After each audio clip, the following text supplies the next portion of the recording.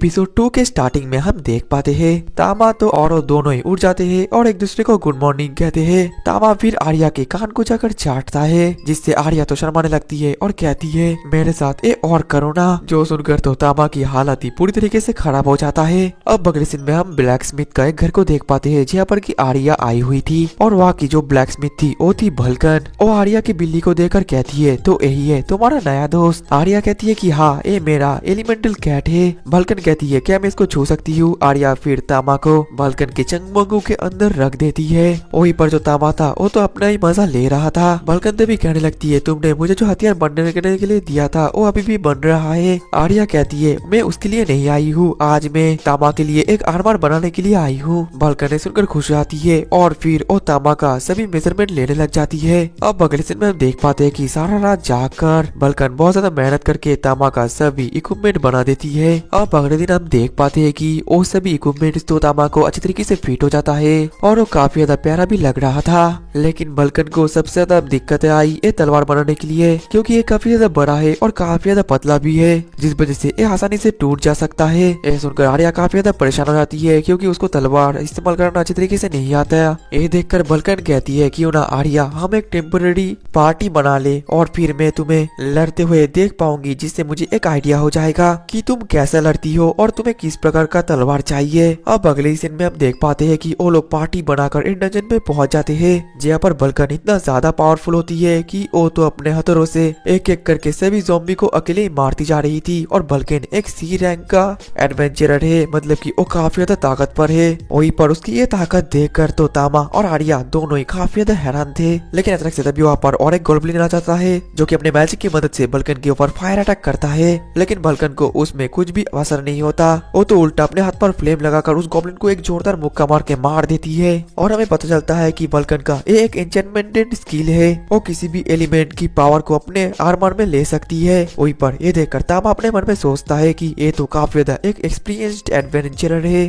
तभी वहाँ पर एक ऑर्क आ जाता है जिसे देखकर भलकन कहता है आर्या इस ऑर्क को तुम संभालो तो मैं तुम्हें लड़ते हुए देख पाऊंगी। उस ऑर्क को देखकर आर्या थोड़ा सा डरने लगती है लेकिन फिर वो तलवार निकल कर रेडी हो जाती है और फिर वो सीधा अपने स्पीड को यूज करके उस ऑर्क की तरफ अटैक कर देती है। लेकिन वो ऑर्क तो उल्टा आर्या के ऊपर अटैक कर देता है। उसी वक्त बीच में तामा आ जाता है और अपने आर्मर बॉडी को यूज करके उस ऑर्क के अटैक को रोक देता है। और इसी मौके का फायदा उठाकर आर्या अपने तलवार की मदद से उस ऑर्क के गर्दन को काट देती है। ये देखकर भलकन कहती है मुझे थोड़ा बहुत समझ आ गया है कि आखिरकार तुम्हारे तलवार में क्या प्रॉब्लम है। आर्या उसके पास जाती है और कहती है मुझे जल्दी बताओ कि आखिरकार प्रॉब्लम क्या है ताकि मैं और ज्यादा स्ट्रॉन्ग बन सकी। भलकन कहती है नेक्स्ट हम जो मॉन्स्टर को मारने वाले हैं उससे तुम अपने कमजोरी को अच्छी तरीके से समझ पाओगी। अब अगली पल हम वही मॉन्स्टर को देख पाते हैं जो कि होता है एक डी रैंक का रोपर। ये देखकर तो आर्या काफी ज्यादा हैरान हो जाती है। वहीं पर तामा अपने मन में क्या सोचता है रोपर तो काफी ज्यादा अजीब मॉन्स्टर होते हैं क्योंकि इनके लिक्विड से कपड़े जल जाते हैं और लड़कियों का काफी ज्यादा अजीब बर्ताव हो जाता है। भलकन फिर कहती है आर्या जाओ अब अपना अटैक शुरू कर दो।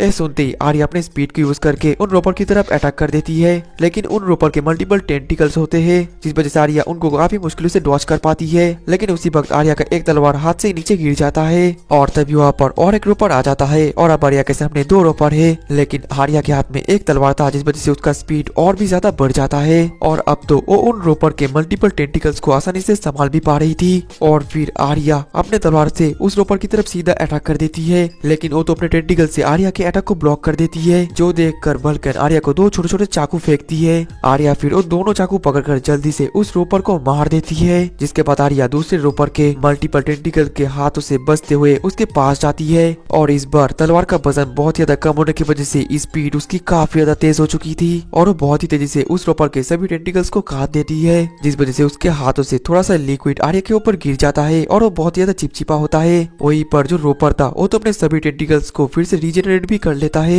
लेकिन आर्या इस बार अपने मैक्स स्पीड को यूज करके उस रोपर के सभी टेंटिकल्स को काट कर उसको मार देती है। और उसको अब एक न्यू स्किल भी मिल चुका है जिसका नाम है स्लाइसिंग गेल। जिसके बाद जो तामा था वो सोचता है क्यों ना मैं इस रोपर को खा लूं तो इसके स्किल भी मेरे अंदर आ जाएगा। फिर वो जैसे उसको खाता है तो उसका टेस्ट तो उसको काफी ज्यादा बुरा लगता है लेकिन इसके बावजूद भी उसको इस रोपर की स्किल मिल चुकी है। लेकिन दूसरी तरफ जो आर्या थी वो तो पागलों की तरह उस रोपर को मारे जा रही थी और कह जा रही थी क्योंकि जैसा चिपचिपा पदार्थ उस रोपर ने आर्या के ऊपर मारा है वो हक सिर्फ तामा को है। ये देखकर भलकन और तामा दोनों को ही होश उड़ जाता है। अब अगले पल आर्या बलकन को कहती है, मैंने एक बड़ी तलवार इसलिए चुना था क्योंकि शॉर्ट सेन के पास भी यही तलवार था, लेकिन लगता है कि ये तलवार मेरे लिए नहीं बनी है, बल्कि मेरे लिए तो एक चाकू ज्यादा बेहतर है। बलकन कहती है, इन चाकू की मदद से तुम डंजन के और भी ज्यादा गहराई में जा सकती हो, लेकिन उससे पहले हमें छोटा सा एक ब्रेक लेना पड़ेगा। अब अगले सीन में हम देख पाते हैं कि वो तीनों तो एक जगह पर आते हैं जो कि काफी ज्यादा शांत था और वहाँ पर एक पुल टाइप का कुछ भी था, लेकिन जो आर्या थी उसकी नजर तो फिलोसोफर स्टोन पे जाकर टिकती है, जिसे देखकर पता नहीं लेकिन उसको अपने पास्ट की बातें याद आने लगता है।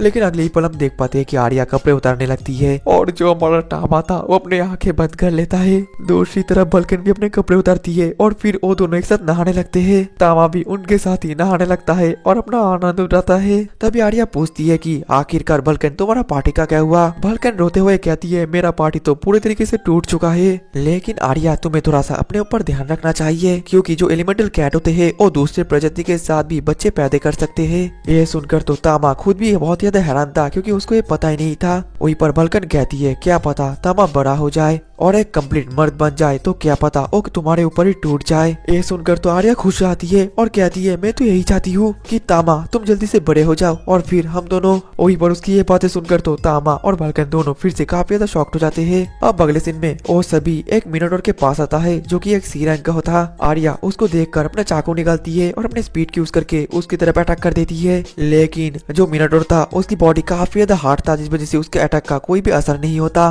जिस वजह से बलकन पीछे से आकर अपने हथौड़े से उस मिनोटोर के ऊपर अटैक करने की कोशिश करती है, लेकिन वो मिनोटोर इतना ज्यादा चालाक था कि वो तो अपने शील्ड से बलकन को ही दूर फेंक देता है। तभी आर्या लगातार उस मिनोटोर के ऊपर अटैक कर देती है और फिर अपने चाकू के अटैक से उसके आंखों को बर्बाद कर देती है और फिर जो मिनोटोर था वो तो पागलों की तरह इधर उधर हमला करने लगता है। इस दौरान दीवार टूट जाता है और सभी पत्थर बलकन के ऊपर गिरने लगता है, लेकिन बीच में तभी तामा आ जाता है और अपने पावर की यूज करके उन सभी पत्थर को ब्लॉक कर देता है और तामा को बचाते हुए देखकर जो बलकन थी वो तो काफी ज्यादा इम्प्रेस्ड हो जाती है। दूसरी तरफ आर्या अपने स्पीड की यूज करके अपने दो चाकू उस मिनोटोर के ऊपर डाल देती है, जिस वजह से वो जो मिनोटोर था वो वहीं पर ही मारा जाता है। लेकिन जो दूसरी तरफ बलकन थी वो तो तामा के बारे में सोच रही थी और कह रही थी ये तो एक कंप्लीट मर्द है। अब अगले सीन में वो सभी उन मॉन्स्टर के बॉडी पार्ट्स को लेकर एडवेंचरर गिल्ड में पहुंच जाते हैं, जहाँ पर आना तो उनको इतना ज्यादा अचीव करते हुए देखकर काफी ज्यादा हैरान थी और जैसे उसको पता चल जाता है कि आर्या को एक न्यू स्किल मिला है तो वो और भी ज्यादा खुश रहती है।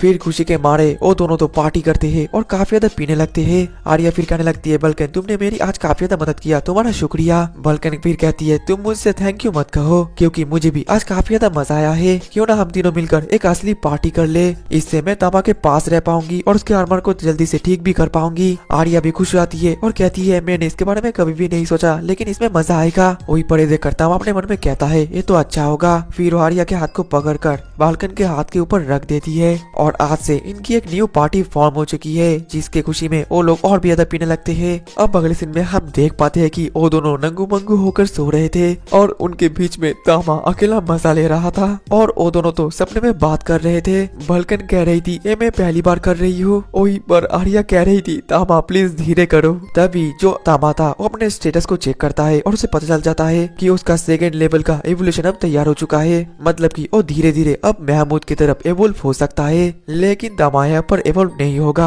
क्योंकि वो आर्या के साथ रहना चाहता है और वो नहीं चाहता कि आर्या के साथ वो जो इतना ज्यादा वक्त बिताया है और इतना ज्यादा प्यारा समय वो बिता पा रहा है, वो हमेशा ऐसे ही रहना चाहता है। अब कुछ दिन बाद हम देख पाते हैं कि आर्या और तामा रेडी होकर कहीं पर जा रहे थे, लेकिन तभी रास्ते पर दो गुंडे एक बच्चे को लात मार रहे थे और कह रहे थे, तुमने पैसे चोरी करने की हिम्मत कैसे की। वो बच्चा तो रो रहा था और उनसे माफी मांग रहा था, लेकिन वो दोनों गुंडे तो उस बच्चे को छोड़ने का नाम नहीं लेते। तभी वहाँ पर आर्या जाती है और कहती है, तुम लोग क्या कर रहे हो, एक गलत है। वो दोनों गुस्सा कर कहती है, आखिरकार तुम्हारी हिम्मत कैसी हुई इस बीच में आने की। लेकिन जैसे ही वो दोनों तामा को देखते हैं तो काफी ज्यादा डर जाते हैं क्योंकि हमें पता है कि तामा ने कुसमन को हराया है, जिस वजह से वो दोनों तामा को से डर के वहाँ से भाग जाते हैं। फिर आर्या उस बच्चे के पास जाती है, उसको उठाती है और उससे नाम पूछती है। वो बच्चा कहती है, मेरा नाम है लाला। और जैसे आर्या को पता चलता है कि उसके पेरेंट्स नहीं है तो आर्या को काफी ज्यादा बुरा लगता है और वो कहती है, तुम मेरे साथ चलो। इसके बाद हमें पता चलता है कि आर्या लाला को लेकर एक चर्च में आई है और उस चर्च में लाला की तरह ही बहुत सारे पहले से ही बच्चे थे